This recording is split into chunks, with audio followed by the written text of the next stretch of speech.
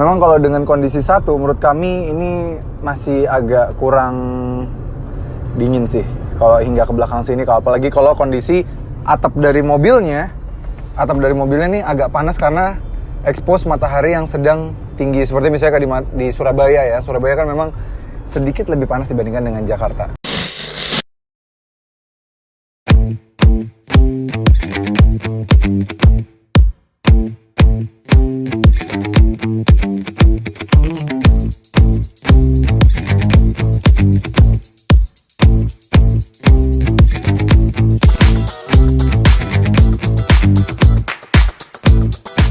Halo guys, welcome back to CVT Cars Videos and Talk Shows. Balik lagi sama gue, Reza Rever. Hari ini kami diundang oleh Hyundai Motor Indonesia untuk mengikuti acara A Journey with the Star bersama Hyundai Stargazer. Nah, acara ini seru banget. Kita akan berjalan-jalan bersama ke Surabaya dulu pertama, lalu kita ke Malang, lalu kita nanti terakhir finishnya di Solo. Kita akan tes jalan jauh bersama Stargazer ini. Nah, kebetulan sekarang kita sudah berada di Malang, di Jati Lounge. Pada video kali ini kita nggak akan bahas secara detail dan segala macamnya, karena kita sudah bahas ya waktu pertama kali ketemu sama Stargazer ini di pabriknya. Dan juga kita sudah membandingkan dengan rival-rivalnya ya, Stargazer. Dia menang CVT War, melawan Expander, melawan R3, dan juga Avanza. Nah, kali ini kita akan mencoba sisi lain dari Hyundai Stargazer, yang mana namanya mobil itu buatan manusia. Manusianya sendiri saja memang tidak sempurna. Nah, maka dari itu kita akan mencari 10 kelemahan dari Hyundai Stargazer. Tapi tidak hanya 10 kelemahannya saja, tapi juga 10 kelebihan dari Hyundai Stargazer. So, ini dia CVT Vlog 10 kelemahan Hyundai Stargazer dan kelebihan Hyundai Stargazer.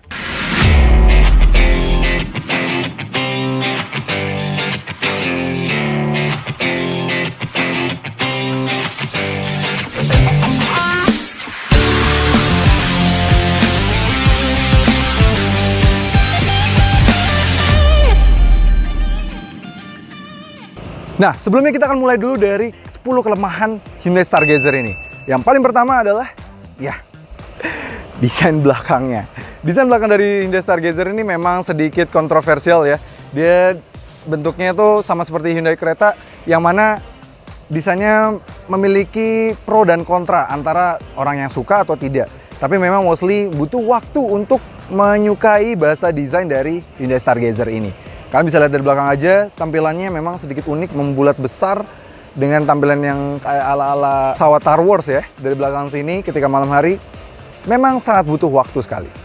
Lanjut ke berikutnya, mumpung di belakang, yaitu adalah bagasinya ketika 3 baris tegak. Kalau direbahkan baris 3-nya, memang dia lumayan besar lah. Tapi kalau baris 3 ini ditegakkan, 3 baris tegak, kapasitas bagasinya kami sudah membandingkan dengan misalnya Avanza, R3, dan juga Expander. Dia yang paling kecil. Yang berikutnya adalah lampu-lampu dari mobil ini.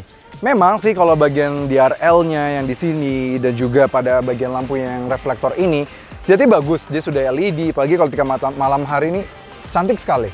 Tapi sisanya lampu sennya, lampu fog lamp-nya, itu dia masih didominasi dengan lampu bohlam. Lalu juga pada bagian belakang, di saat rival-rivalnya misalnya yang nggak LED pada bagian sennya aja, atau yang pada bagian lampu mundurnya aja gitu ya. Kalau si Stargazer, ini dia hanya lampu nyala malamnya saja, lampu kotanya saja pada bagian belakang yang benar-benar LED. Sisanya lampu rem, lampu mundur, lampu sen, itu semuanya masih didominasi dengan halogen. Jadi padahal desain dia futuristik, tapi teknologi pada lampunya yang biasanya menjadi karakter futuristik sebuah mobil malah masih didominasi dengan halogen yang sangat tidak futuristik. Lalu berikutnya adalah desain dashboardnya. Desain dashboardnya ini ketika pada teasernya kami berharap ini kesannya bagus gitu ya. Tapi ternyata pas dijadikan model akhirnya ketika diluncurkan, dia berbentuk abu-abu dengan frame di pada bagian speedometer ini besar sekali. Selain desain dashboardnya yang agak kurang mewah ya, kurang futuristik dengan desain yang cukup unik ini, dia secara fungsi juga agak sedikit mengganggu visibilitas. Karena frame yang tebal sekali di bagian atas dan juga speedometernya agak sedikit menjorok ke bawah. Ketika kita berjalan di jalan raya gitu ya, misalnya kita jalan di jalanan matahari yang sedang terik-teriknya, speedometernya ini jadi visibilitasnya terganggu karena mata kita ke atas sini, speedometernya agak ke bawah. Jadi kayak mobil zaman dulu yang speedometernya ke bawah dan dia sedikit reflektif terhadap cahaya. Jadi meskipun dia secara vibrantnya dia terang, secara keterangan dia terang, tapi secara visibilitas sangatlah kurang. Yang kelima, yaitu adalah headrest baris 2-nya.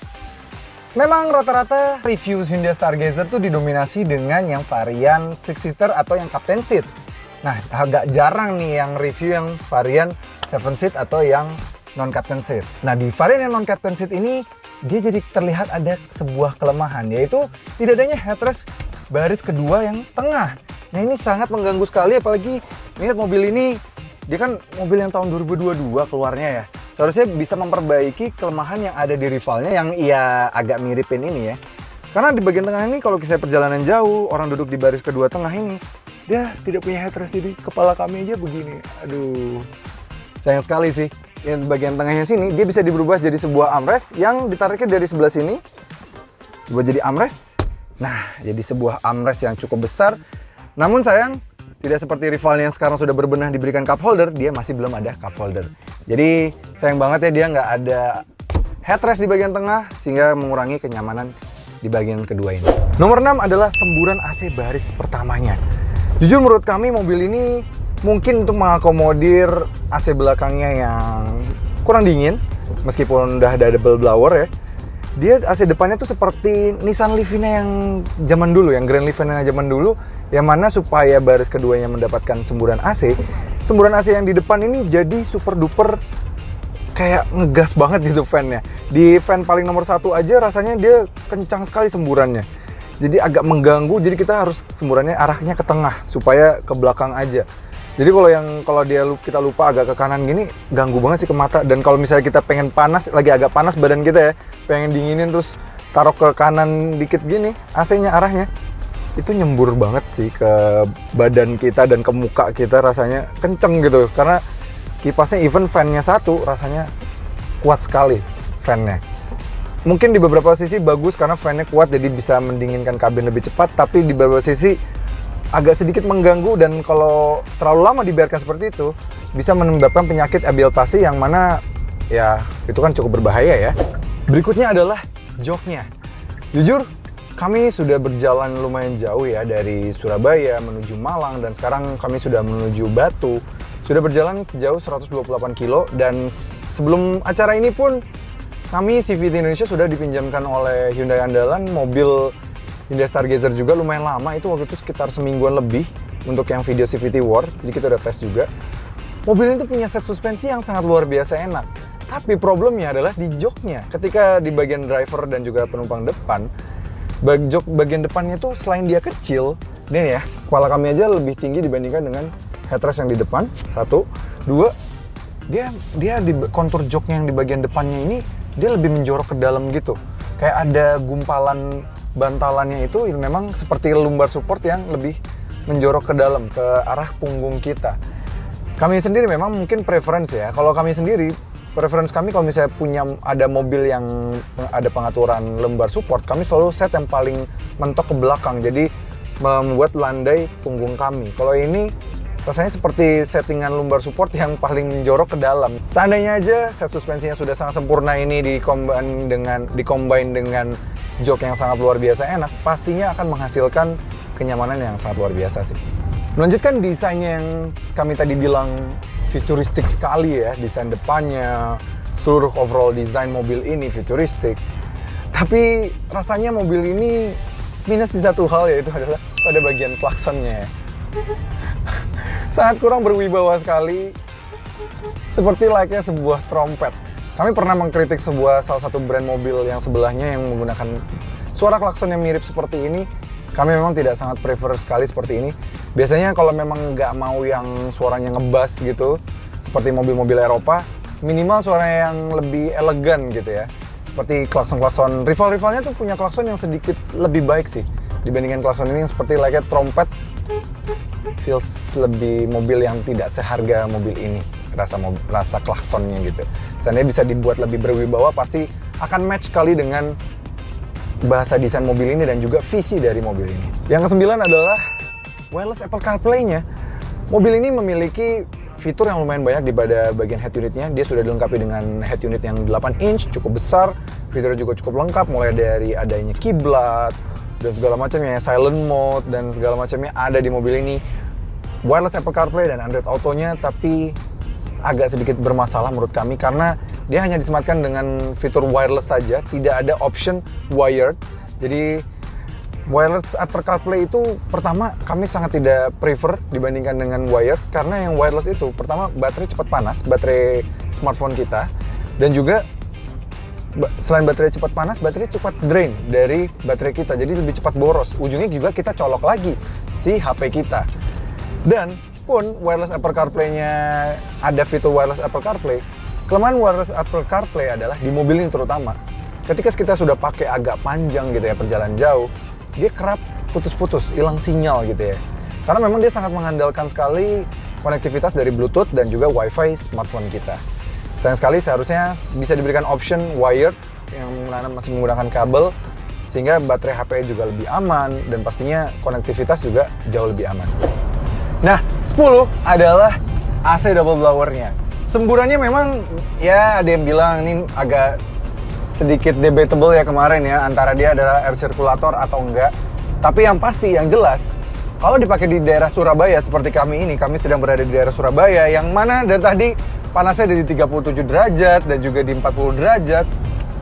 Di baris ketiga ini AC-nya mulai tidak terlalu terasa sih menurut kami. Kami mulai agak panas ya di belakang sini. Kalau misalkan kemarin ketika kami ngetes di Jakarta gitu ya, itu Jakarta memang memiliki suhu yang sedikit di bawah Surabaya. Mungkin yang sering ke Surabaya atau Jakarta bisa membandingkan antara Jakarta dan Surabaya, memang temperatur di Surabaya memang sedikit lebih tinggi ya dibanding Jakarta. Jadi kalau di panas yang lebih tinggi dibandingkan dengan Jakarta, AC double blower ini agak problem. Mungkin dari beberapa dari kalian pasti nonton bilang, "Ah, ini mah enggak nih, pasti cari-cari padahal AC double blower belum nyalain." Nih, mau lihat langsung nggak? Melihatin ya, udah dinyala. Memang kalau dengan kondisi satu, menurut kami ini masih agak kurang dingin sih. Kalau hingga ke belakang sini, apalagi kalau kondisi atap dari mobilnya ini agak panas karena expose matahari yang sedang tinggi. Seperti misalnya di Surabaya ya, Surabaya kan memang sedikit lebih panas dibandingkan dengan Jakarta. Di depan lu bikin suhu berapa tuh? Low, berarti low tuh kalau nggak salah 17,5 ya? Di bawah 18, jadi di depan di bawah 18 dan juga fan-nya berapa? 3, fan-nya 3. Oh, ini low-nya di bawah 17. Oh, berarti low-nya tuh 16,5. Jadi tapi di belakang sini sih menurut kami masih agak anget ya. Udah mulai agak anget, udah nggak terlalu terasa angin dari double blower ya. Tapi kalau di baris kedua sih aman. Tapi meskipun dia memiliki 10 kelemahan yang sudah kami sebutkan satu persatu, mobil ini tetap memiliki 10 kelebihan yang bahkan tidak dimiliki oleh rival-rivalnya. Apa saja itu? Ya, seperti kami bilang, dia juga memiliki 10 kelebihan dibandingkan dengan kelemahan-kelemahan yang kami sudah sebutkan tadi. Kelebihannya adalah desain depannya. Ini stunning banget, keren dari depan sini. Ini out of the box ya, walaupun banyak yang bilang dimiripin sama tetangga, tapi jujur ini desainnya menurut kami original. Karena apa? Desain seperti ini memang bahasa desain MPV-nya Hyundai, seperti kita lihat di Hyundai Staria dari depan ya. Bagus banget, dia mirip banget kalau disandingkan dengan si kakaknya, si Staria. Mirip banget kedua mobil ini. Apalagi kalau ketika malam hari, lampunya keren banget. Ini menyambung dari kiri ke kanan. Dan tambah lagi lampu LED-nya bagus banget. Dan lampu LED-nya walaupun hanya reflektor saja, tapi penerangannya jelas lebih baik dibandingkan dengan rivalnya yang bahkan sudah pakai berubah ya, dulunya reflektor jadi titik-titik gitu. Ini jadi lumayan terang, apalagi lampunya juga sudah dilengkapi dengan auto high beam. Yang kedua adalah BlueLink, yang membuatnya menjadi LMPV yang satu-satunya yang memiliki sistem konektivitas seperti ini. Karena kalau dibandingkan dengan rival-rivalnya, dia tidak memiliki fitur secanggih ini. Kalau fitur safety sense itu ya banyak lah rivalnya ada yang punya juga. Tapi kalau ini menjadi yang satu-satunya. Dia BlueLink itu banyak banget perintahnya, mulai dari kita misalnya mau nyalain mobil,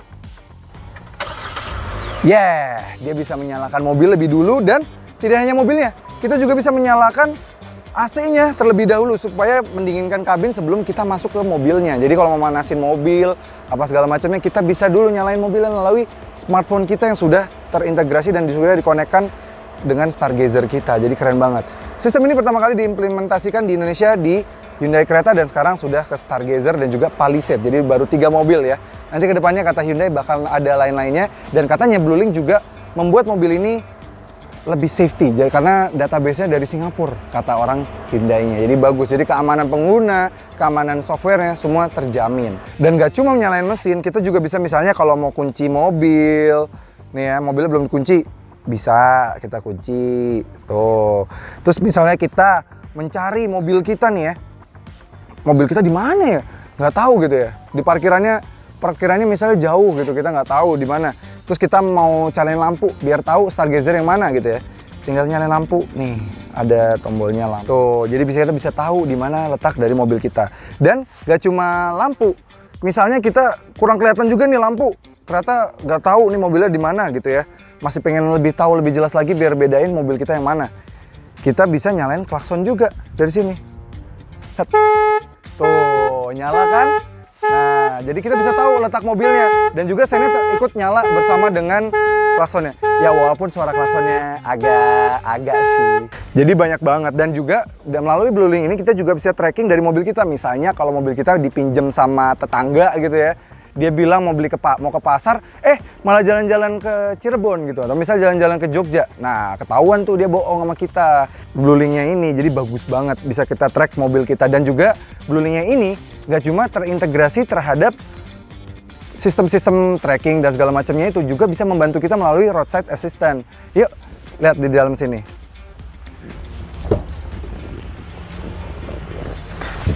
Bluelink itu dia juga terintegrasi dengan adanya sistem roadside assistance seperti roadside assistance dan juga SOS. Kalau roadside assistance yang bagian tulisannya B ini untuk yang misalnya kalau misalnya kita kecelakaan atau mobilnya mogok gitu ya, itu dia bisa membantu jasa derek gitu. Misalnya dibantu di mana, atau home service-nya Hyundai akan nyamperin kalian. Nah, kalau yang SOS ini dia bisa membantu misalnya kalau terjadi masalah kesehatan atau kalian kecelakaan butuh bantuan kesehatan atau mobilnya kebakaran, itu melalui yang SOS. Jadi kita tekan aja, dia langsung tersambung ke head unit dan langsung menelpon ke roadside assistant-nya. Tuh, dia langsung loading ya, dia mau telepon. Tuh. Yang ketiga adalah adanya option captain seat di mobil ini. Dibandingkan dengan rival-rivalnya, hampir tidak ada yang memiliki option captain seat. Rival-rivalnya pasti rata-rata bench seat yang mana semuanya kursinya menyambung, dan itu udah berjalan dari sejak pertama kali LMPV ada di Indonesia. Jadi sangat membosankan sekali, sedangkan mobil ini menawarkan option captain seat yang mana memberikan nuansa baru di kelas low MPV. Dan gak cuma sekedar captain seat yang abal-abal, mobil ini juga sangat enak sekali captain seatnya. Dan langsung kita bahas poin keempatnya, yaitu adalah legroom yang baris kedua dan baris ketiganya. Mobil ini meskipun dia menggunakan option captain seat, space di belakang sini dia lega banget. Di depan ada Dito Triananda, dia tinggi berapa? 168. Ini posisi duduknya dia paling nyaman. Ini kami paling maju aja ya. Kami sih mendapatkan sekitar 7 jari di depan sini, di baris keduanya sini. Paling mundur bisa mendapatkan hingga 10 jari legroom di belakang sini. Jadi ini lega banget di baris keduanya. Dan untuk ke baris ketiga mudah sekali karena sudah ada aisle ini. Dan ketika kita di baris ketiga, legroom di baris ketiga gede banget ini, lega banget, masih ada sekitar 3 jari. Dengan kondisi ini bukan yang paling maju loh, ini masih paling mundur. Karena memang pernah kami tes juga mobil ini, dibandingkan ukuran legroom ya, misalnya dibandingkan dengan R3, terus juga Stargazer dan juga Expander, mobil ini memiliki panjang legroom baris ketiga yang paling panjang di 867 mm. Kedua ada R3 800 mm, baru Expander agak jauh di 775 mm. Jadi jelas secara space dengan captain seat-nya ini yang sudah menjadi opsi satu-satunya di kelasnya, legroom baris 2 dan baris 3 yang lebih besar dibandingkan dengan rival-rivalnya, menjadi poin plus untuk Stargazer. Ya, berikutnya adalah interiornya. Oke, secara interior design memang kami mengkritisize lah si mobil ini desainnya. Tapi kalau malam hari, bagus banget. Pagi dia sudah dilengkapi dengan ambient light yang ke kanan sini dan sampai door trim lebih terang. Jadi dibandingkan dengan kereta yang hanya ada di depan sini saja, terus juga dibandingkan dengan Palisade bahkan yang harganya sudah 1 miliar itu yang gak ada ambient sama sekali, ini jelas lebih baik karena dia sampai ke bagian door trim kanan dan kiri ya. Keenam, yaitu adalah kompartemen di dalam sini. Kita bisa lihat aja, meskipun memang secara desain dia kurang menarik ya kalau bisa bilang karena desain dashboardnya ini dan segala macamnya. Tapi kompartemen di dalam sini lebih mengedepankan soal fungsi. Mulai dari depan saja, di bagian sini kita bisa naruh barang di sini ya. Mau naruh HP kita untuk jadi maps bisa di sini. Di bawahnya ada lagi ruang penyimpanan di belakang sini. Lalu di atas sini kita bisa naruh iPad kita atau tablet kita untuk jadi ya untuk kerja sedikit bisa ada colokan. Mau naruh HP kita pun bisa. Di bawahnya ada sebuah kantong kecil yang kita buka begini. Ini kita bahkan bisa memasukkan smartphone yang ukurannya paling besar. Misalnya ya kalau misalnya di iPhone Pro Max gitu ya, itu bisa masuk sini dengan mudah. Jadi lumayan gede dan di bawahnya memanjang dari kiri hingga ke kanan sini ke tengah. Dan ini mau naruh dompet, mau naruh HP, tisu. Nih tisu taruh sini, HP kita taruh sini. Ini semua lengkap, ini bisa sampai ke tengah sini jadi praktikal banget. Di bawahnya masih ada ruang penyimpanan lagi, bisa jadi wireless charger, dia cup holder, di sini ada sebuah box. Di bagian kanan sini cup holdernya, bottle holdernya ada juga, di belakang, di kiri dan kanan juga bisa untuk penyimpanan. Bahkan di bagian door trim yang bagian belakang, kita bisa naruh HP full size sampai 3 di bagian tengahnya, di bagian penumpang baris 2 di bagian door trimnya. Di tengahnya lagi juga sudah sudah ada cup holder dan juga semacamnya berbagai macam banyak banget. Jadi ruang penyimpanan dalam sini tuh benar-benar juara sih. Kompartemen di sini benar-benar mencerminkan bahwa dia adalah sebuah MPV. Nomor 7, kenyamanannya. Kenyamanan Hyundai Stargazer ini menurut kami termasuk yang terbaik bahkan di kelasnya. Kalau dibandingkan dengan rival-rivalnya, kami pernah mengadu secara CVT War ya. Bandingan suspensinya lebih halus dan lebih lembut dibandingkan dengan rivalnya. Walaupun seperti tadi yang kelemahan di awal, ya joknya agak sedikit mengganggu. Seharusnya joknya bisa dibuat lebih ringan dan lebih besar supaya lebih empuk gitu. Tapi tidak hanya nyaman ketika kita nyetir sendiri, mobil ini juga sangat nyaman sekali ketika kita disetirin seperti ini. Bagi kalian misalnya mau pakai mobil ini dengan jasa pengemudi gitu ya, ini nyaman banget sih belakang sini. Bandingan suspensinya, ketika kami lewatin jalan tol yang banyak sambungannya aja nih meredam dengan sangat luar biasa baik. Apalagi dia sudah dibalut kulit dan rasanya di varian Captain Seat ini rasanya tuh seperti Boss sih di belakang sini. Padahal sejatinya ini kan kelas low MPV atau sebenarnya MPV, bahkan ini menjadi mobil Hyundai yang paling terjangkau. Tapi kenyamanannya sih nggak seperti rasa mobil yang lebih murah sih, luar biasa. Nomor 8, yaitu adalah efisiensinya. Efisiensi mobil ini lumayan bagus banget, bagus bahkan. Kami dalam kota, dalam pengetesan kami di luar acara ini, bisa di 13,8 km per liter untuk rute dalam kota dengan metode full to full, dan juga di rute luar kotanya bisa di 18,1 km per liter. Namun, ketika kemarin efisiensi challenge, kami bisa mendapatkan 29,1 km per liter di MID. Tapi ketika dicek secara full to full, kami bisa dapat 28,9 km per liter. Walaupun memang secara rata-rata kecepatannya hanya di 60 km per jam.